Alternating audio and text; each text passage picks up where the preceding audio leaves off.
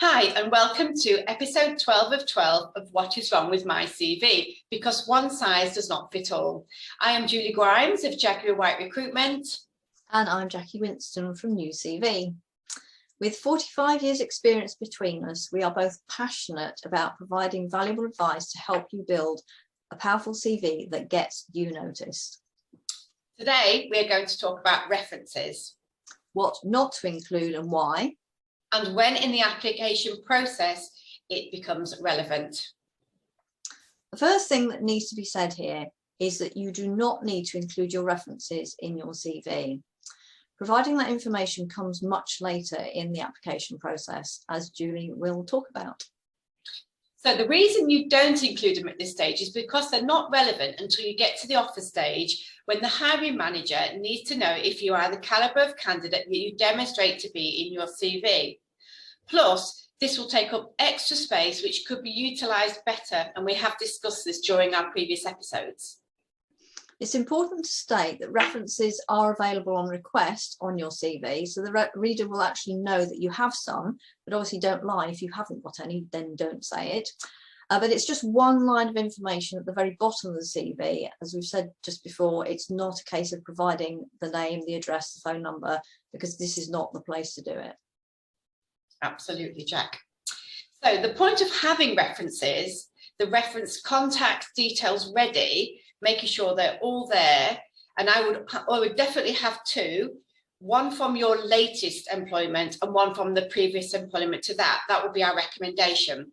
This is to show a future employer where you worked, the length of time and position, and those standard checks to verify your CV. And in some cases, the skills and experience gained whilst in their employment, if at all possible.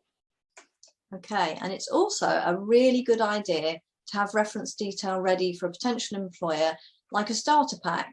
So think about it in relation to a copy of your passport, the DBS, and any other qualification.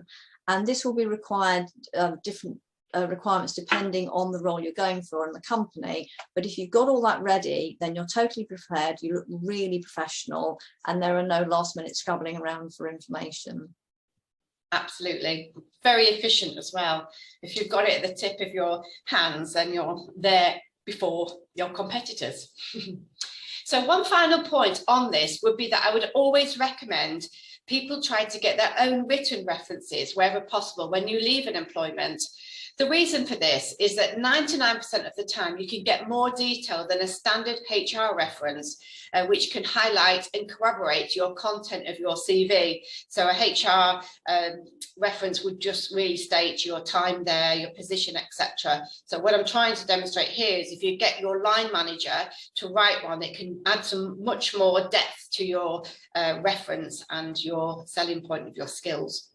It also speeds up the process. So if it's there ready, which shows efficiency and professionalism, and it makes you feel good that you've got such a lovely written reference to have in your hands. Nothing wrong with having a bit of boost to your confidence.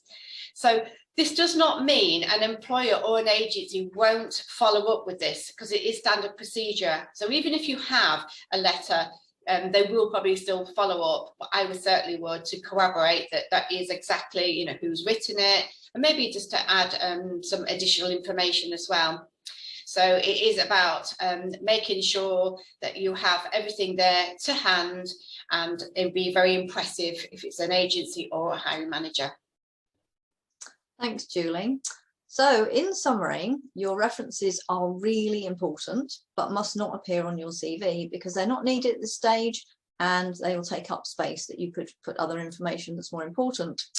Ideally, you need to have reference contact details ready for more recent employers, specifically where you know the feedback will be positive, but if they're ready, there's no scrabbling around at the last minute. And as Julie just said, remember, getting a written reference yourself looks really good and super efficient, so do it. Thank you, Jack. So that's it for this episode. Thank you for watching. Next time, we're going to be giving you a bonus episode. It's going to be about cover letters, what they should include and why they make a difference to your application. Thank you. We hope you find this information helpful, and see you next time on One Size Does Not Fit All. Thanks. Bye.